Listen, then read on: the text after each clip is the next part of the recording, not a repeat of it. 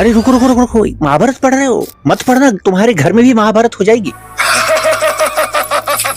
ये हंसी उन लोग के लिए थी जो लोग कहते हैं कि महाभारत पढ़ने से घर में महाभारत हो जाती है या फिर उसके घर में लड़ाई शुरू हो जाती है। अब ऐसी बातें वही लोग कर सकते हैं जो या तो हमारे हिंदू पौराणिक ग्रंथों के बारे में पूरी तरह नहीं जानते या फिर हमारे पौराणिक ग्रंथों को बदनाम करने की कोशिश करते हैं। क्योंकि भला धार्मिक ग्रंथ पढ़ने से हमारे घर में युद्ध या लड़ाई कैसे छिड़ सकती है? क्योंकि महाभारत पढ़ने से हमारे घर में लड़ाई नहीं छिड़ेगी बल्कि लड़ाई दूर होगी।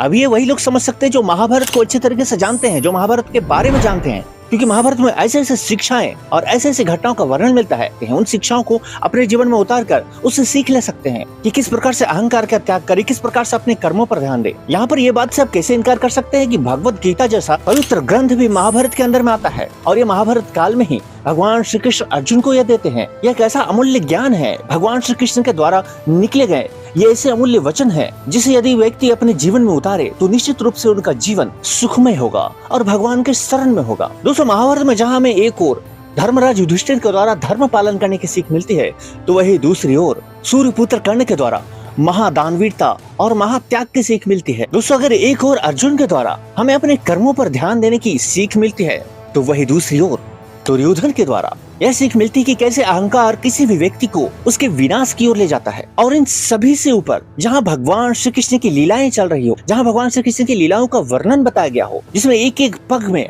हमारे लिए शिक्षाएं भरी हुई है, इसमें भगवान श्री कृष्ण के संपूर्ण लीलाएं वर्णित है।